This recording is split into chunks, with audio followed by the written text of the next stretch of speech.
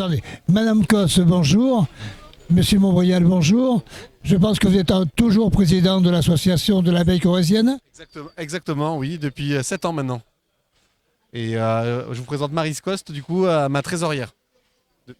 Eh oui, je suis la trésorière depuis 2 ans. Voilà. Et adhérente de l'association depuis un petit peu plus longtemps. Mais voilà.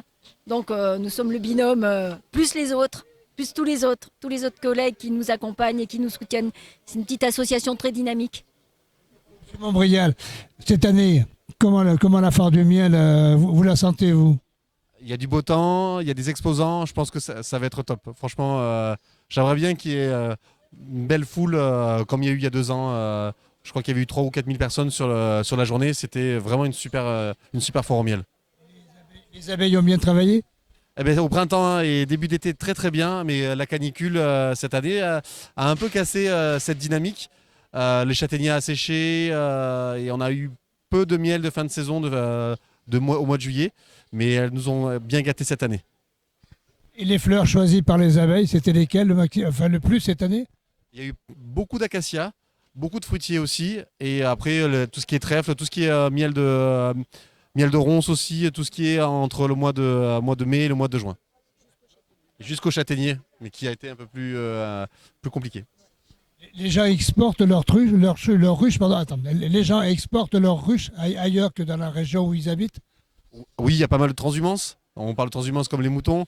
Et en fait, si on veut que nos abeilles fassent un miel spécifique, eh bien, il faut les mettre au plus près. Donc des fois, on n'a pas forcément des acacias au bas du jardin. Donc elles sont déplacées, souvent au Basine, ou il y a plein de petits coins, plateau de Millevaches aussi pour la bruyère. Donc il y a pas mal de transhumance, oui. Il y a de miel de bruyère. Cette année, malheureusement, comme la sécheresse était là au mois d'août, la bruyère n'a pas donné, mais on peut trouver du miel de bruyère de l'an dernier sur certains stands. C'est tout ce que vous avez à me dire? Oui. Attaqué par les frelons asiatiques. On a beaucoup de frelons asiatiques et beaucoup d'apiculteurs qui sont en détresse parce que les frelons attaquent en masse les ruches. Et si on préconise, nous on travaille beaucoup au niveau de l'association sur la lutte contre le frelon asiatique. Donc c'est le moment le frelon asiatique attaque les ruches et beaucoup d'apiculteurs sont au désespoir parce que leurs ruches sont attaquées. On voit beaucoup partout en France des apiculteurs qui sont vraiment aux abois à cause de ça. Donc on demande à tous les citoyens de piéger au printemps et à l'automne pour piéger les gînes. C'est de la prévention. Donc, les gînes, ce sont les fondatrices, par exemple les futures reines qui vont développer des nids. Et bien d'être vigilants, de signaler quand on voit un nid, de signaler aux mairies, de signaler aux apiculteurs pour essayer de faire détruire les nids. Voilà. On essaye de prévenir tout le monde, on essaye de lutter comme on peut. Si on veut qu'il y ait des abeilles encore, c'est un des mots parmi d'autres, parmi les pesticides, parmi tout un tas de choses. Voilà. Donc on se bat pour qu'il y ait encore du miel et encore des belles foires au miel. Monsieur Stéphane Nadal, vous êtes producteur de miel à Naves? Oui, tout à fait, oui. Quelle est votre production? Alors, moi, je fais du miel et je fais aussi tous les produits dérivés. Donc, on a une gamme de miel de 6 miels différents et après, pain d'épices, gâteaux en tout genre, brownies, cookies. On fait aussi de l'hydromel, du vinaigre de miel et on fait aussi de la glace l'été. Voilà. Du pain d'épices à plusieurs parfums, voilà. Après, on vend sur les foires, sur les marchés, notamment Seillac maintenant. Et après, à la maison. Voilà. Et quel genre de miel vous faites? Alors, il y a du miel de printemps, d'acacia, du tout de fleur, du montagne, du tournesol et du crémeux. Les ruches, vous avez à Naves? Alors, j'en ai une partie à Naves et après, sur le secteur Uzerche, Saint-Jalles, enfin voilà, ça reste corrézien, sauf le tournesol qui est fait dans les Charentes. Voilà, un peu plus loin que Ribérac, mais en Charente. Vous vous mettez sur des propriétés privées ou les endroits qui sont acquis, enfin pour vous, quoi? Alors, c'est des terrains qui sont mis, enfin pas à disposition, on paye des fermages, sur les ruchers. Voilà, c'est des propriétaires, soit des privés, soit des agriculteurs qui mettent à disposition les terrains. Voilà. Combien de ruches vous avez? Moi, 250. Quand même, ça fait beaucoup. Bon, c'est pour les gens, par rapport à aux gens qu'il y a ici, je suis un petit producteur. Moi. Voilà, il y en a qui sont un peu plus, il y en a qui sont à 400, 500, voilà. Certains. Et les ruches l'hiver, vous en faites quoi? Eh ben, les ruches, l'hiver, elles hivernent, on les prépare tout le long de l'automne pour qu'elles puissent hiverner. Ensuite, on regarde si elles ont à manger, on regarde si ça va et on ne peut pas faire autre chose que donner à manger. De toute façon, l'hiver, après, c'est fini. La saison recommence qu'après au printemps. Voilà. Vous les rentrez chez vous à Naves? Ah non, elle reste sur les ruchers. Ouais, elle reste en place et on va sur les ruchers pour promener. Enfin, pas en se promenant, je dirais, mais au moins pour regarder si tout va bien, si des fois il n'y a pas des arbres de tomber, des toits d'envoler, voilà. Faire l'entretien courant, quoi. Voilà. Quel genre de miel les gens préfèrent? Alors, il n'y a pas vraiment de miel qui ressortent en particulier, hormis le tout de fleur et le montagne. Après, oui, l'acacia arriverait peut-être un peu derrière, mais voilà, c'est surtout ces miels-là qui priment, quoi, dans l'ensemble. Est-ce qu'il y a eu des soucis cette année par rapport à la sécheresse? La saison s'est arrêtée de bonne heure. C'est arrêté vraiment de bonne heure. Les vents chauds ont vraiment cramé toutes les fleurs qu'il y avait. Donc une absence de nectar. Et il a même fallu, dans certains endroits, redonner à manger parce que les ruches étaient encore très populeuses. Et du coup, voilà, on n'a pas pu, la saison n'a pas pu se terminer comme d'habitude, quoi. Voilà, il a fallu anticiper tout ça. Vous dites, on donne, 2 fois, vous m'avez dit, vous donnez à manger aux abeilles. Vous leur donnez quoi? On leur donne du sirop, c'est du sucre, tout simplement. Le sirop en période estivale, tant qu'il fait chaud, quoi, en fait. Et après, quand les températures descendent, si vraiment il n'y a plus rien, on donne du candy, c'est du sucre cristallisé, mais qui est souple, quoi, en fait. Voilà, on leur donne ça. Et, de toute façon, on n'a pas d'autre moyen que de leur donner à manger de ça. Bon, après, un peu de protéines. Ouais. Quel est le pourcentage de perte d'abeilles dans une année? C'est très variable. Ça peut aller de 5% à 60, 70, des fois total pour certains, malheureusement. Entre le frelon, le varroa, ça peut être très très variable, quoi. Il y a des méthodes pour détruire le frelon asiatique? Non. À part le piégeage, il n'y a rien, quoi. Il n'y a rien. On peut pas. Quand il est implanté, déjà, il faut arriver à trouver les nids, ce qui est le plus compliqué dans l'histoire. Et après, non, il n'y a rien, quoi.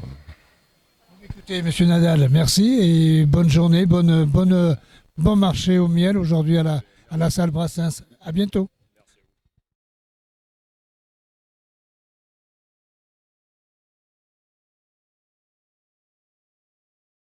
Bonjour, vous êtes aujourd'hui à la salle Brassens à Brive pour la foire au miel de cette année, donc du mois de novembre. Qu'est-ce que vous amenez comme miel, vous? Où est-ce que vous êtes installé?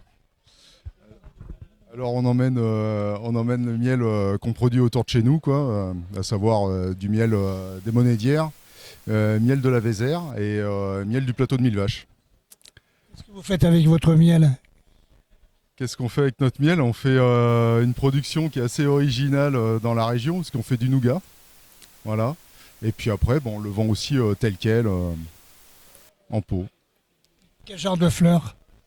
Eh ben, on a du miel de Bourdaine, on a beaucoup de Bourdaine autour de chez nous, donc c'est un miel qui est très doux, qui rappelle un peu le goût qu'on peut retrouver dans des confiseries un petit peu, c'est très original comme miel. Et puis après on a du miel de ronce, de framboisier, voilà. C'est un peu spécial le nougat, non? Ouais, c'est un peu spécial, ouais. Il faut piger la recette et puis... ça se fait beaucoup dans le sud de la France parce que dans le sud de la France on a un climat qui est assez sec. Et en Limousin c'est pas trop le cas, donc il faut pouvoir caler ses productions au moment opportun où le temps le permet, quoi. Voilà. C'est des recettes inventées par vous, quoi. Ouais. Enfin inventé, j'ai rien inventé, mais je me suis inspiré et puis après je l'ai fait un peu, voilà, je l'ai fait évoluer. Quel pourcentage de miel dans vos nougats? Alors on parle en produits sucrants, on est presque à 50%, quoi. Voilà. Comme la confiture. Oui, par rapport aux fruits et au sucre, oui.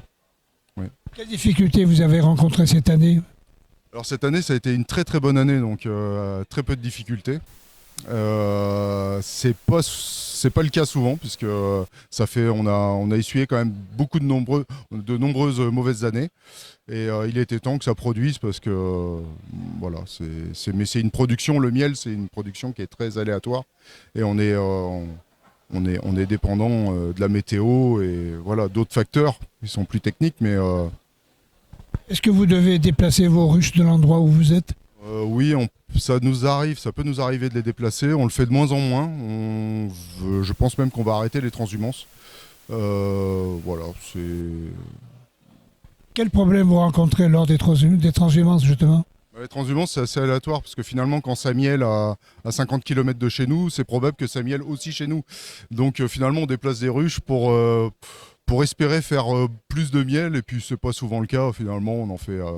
Enfin, nous, en tout cas, on en fait pas forcément plus. Et donc, ça fait quand même du boulot, ça fait des déplacements. Ça fait des consommations de gasoil qui, je trouve, de moins en moins légitimées par voilà. Entre producteurs, il n'y a pas de vol? Alors, il peut y avoir des vols de ruches. Hein. Nous, on n'a jamais été confrontés à ça. Après, bien sûr qu'il y a des collègues qui se font voler les ruches. Ça a une valeur, donc voilà, tout se vole, y compris les ruches. Ouais. Écoutez, moi je vous remercie et puis à bientôt et bonne foire au miel ici à Brive. Alors, on parle de variétés de pommes, hein, bien sûr.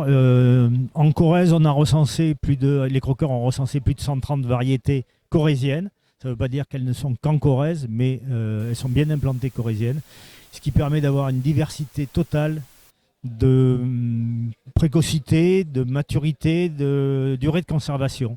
Et on a des pommes tendres, des pommes plus dures, plus acidulées, plus sucrées. Il y a tout le choix de goût que l'on peut vouloir pour manger, pour faire du jus, pour cuire, toutes les utilisations possibles. Par rapport à l'abeille, parce qu'aujourd'hui c'est la fête de l'abeille ici pas aux Trois-Provinces, à la salle Brassens, je veux dire, les fleurs de pommier, est-ce que ça attire vraiment les abeilles? Ah oui, on a les abeilles qui viennent polliniser le pommier. Elles ne sont pas les seules, il y a d'autres pollinisateurs. Là, on parle d'abeilles domestiques, bien sûr, à l'abeille corrézienne. On a des abeilles sauvages, on a des bourdons, on a des guêpes, on a tout un tas d'autres auxiliaires qui favorisent la pollinisation, bien entendu. Est-ce qu'il existe un miel de pomme? Est-ce qu'il existe un miel de pomme? Je ne sais pas. Il faudra demander à mes collègues du stand d'à côté. Je suis aussi membre de l'association des abeilles corréziennes, par ailleurs. Hein. Et j'ai quelques ruches dans mon verger, qui sont là pour occuper un peu la place de pollinisateurs, bien sûr. Mais peut-être que dans votre verger, justement, si vous avez des ruches, il se peut très bien que ce soit du miel de fleurs de pommier. Alors ça peut, mais je ne déplace pas les ruches, donc elles sont toujours au même endroit. Donc il y a les meules de toutes les fleurs de la prairie devant elles. Et puis il y a surtout un énorme arbre qui est au-dessus des ruches, qui est un tilleul. Donc il y a forcément un peu de tilleul dans le miel. Un tilleul pomme, ça ne doit pas être mauvais. Voilà, ça doit être très bon le tilleul pomme. Il y a un peu de châtaignier, des fois on le remarque parce que le miel est plus coloré. Mais c'est toutes fleurs, quoi. Elles ne se privent pas, on les voit partout. Hein. Écoutez, moi je vous souhaite de passer une agréable journée ici à la salle Brassens, où c'est la fête du miel. Et bien à bientôt. Voilà, à bientôt, merci beaucoup.